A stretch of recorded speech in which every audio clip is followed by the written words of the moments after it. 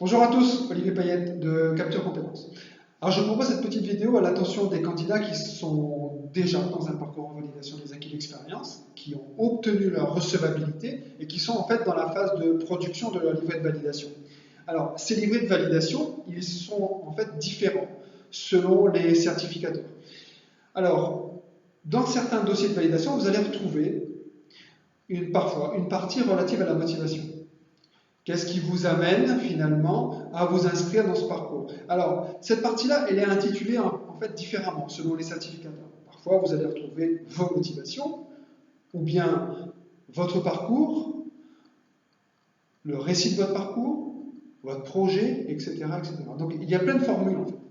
L'idée principale à retenir, c'est que ce que le certificateur veut, en fait, c'est que vous évoquiez voilà, les raisons qui vous ont conduit à vous inscrire dans ce parcours en validation des acquis d'expérience. Parce que finalement, vous auriez peut-être très bien pu passer par un contrat d'apprentissage, passer par une formation, mais non. Mais vous avez choisi de faire les choses un peu différemment. Alors, l'idée, c'est de permettre au jury d'accéder finalement aux raisons qui font que vous vous êtes positionné sur cette modalité-là. Alors, un certain nombre de candidats, quand ils abordent en fait cette partie, ils l'abordent avec en tête une question, qui est pourquoi cette démarche en VAE? Alors, je vous invite, si vous êtes dans cette situation, à ne pas répondre en fait à la question du pourquoi. D'accord? On va même la supprimer. En fait, on supprime surtout le pourquoi. Parce que dans le pourquoi, automatiquement, il y a enfin pas automatiquement, mais disons qu'il y a la notion de justification, de devoir se justifier. Quand vous répondez à la question du pourquoi, parce que.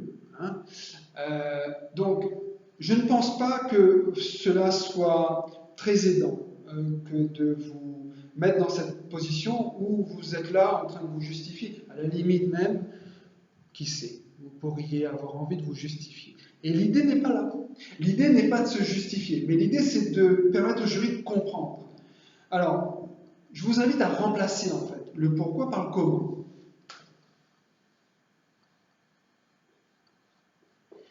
Comment? Alors c'est pas très joli, c'est comment cette démarche en VL. En fait, on va le formuler un petit peu différemment. L'idée c'est de dire comment vous en êtes arrivé, quel est le processus en fait qui vous a conduit à être là aujourd'hui, d'accord? Donc il s'agira pour vous en fait de produire une réflexion, non pas d'énoncer que effectivement vous avez eu telle expérience, ou vous avez appris telle chose, non.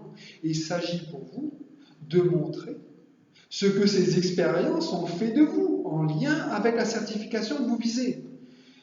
L'idée c'est ça, c'est de pouvoir identifier les grands moments en fait qui vous ont construit professionnellement, qui ont fait le beau ou la belle professionnelle que vous êtes, c'est d'aller chercher effectivement ces grandes rencontres, ces grandes expériences, ces grands moments qui ont fait qu'à un moment donné vous vous êtes davantage développé, ont fait que vous avez davantage manifesté de l'intérêt pour telle ou telle profession, tel ou tel métier. L'idée c'est de montrer que telle rencontre vous a marqué, de montrer en quoi ces expériences aussi ont révélé ou ont mis à jour certaines valeurs, qui ont à voir aussi avec le genre professionnel, avec le métier et la certification que vous visez. Donc l'idée, c'est de permettre au jury d'accéder à tout le processus, finalement, qui vous a conduit à être ce que vous êtes aujourd'hui, c'est-à-dire une professionnelle ou un professionnel à part entière. Et dire finalement que si vous êtes là aujourd'hui, c'est pour demander, tout simplement, la reconnaissance de la professionnelle que vous êtes déjà, ou du professionnel que vous êtes déjà, et de montrer comment ces expériences-là vous ont construit professionnellement. Hein, et finalement, de montrer au travers ce que ces expériences-là vous ont apporté, de montrer que vous êtes déjà en fait la professionnelle que vous prétendez être. Voilà. Il s'agit vraiment de permettre au jury d'accéder à ça. Le problème, c'est que c'est une réflexion souvent, moi ce que j'observe, inédite pour le candidat. En fait, c'est la première fois souvent qu'il est amené à aller au-delà simplement d'une description de ces différentes expériences. Il ne s'agira pas seulement de décrire ces différentes rencontres, ces différentes expériences, mais il s'agira de montrer ce que ça a produit, l'effet que ça a eu en fait sur vous. Hein. Donc vraiment, c'est nouveau. Voilà, c'est nouveau pour le candidat que d'aller sur ce type de réflexion. Alors moi, ce que je vous propose, c'est de vraiment considérer que vous vous êtes en fait, au fur et à mesure, vous avez grossi en fait, d'une certaine façon. Vous avez pris du volume. C'est de montrer comment vous avez pris du volume au fil des années, au fil des rencontres, et comment au fil des rencontres, il est devenu évident finalement que c'est cette certification-là qui est la plus cohérente avec votre parcours, avec votre projet aussi.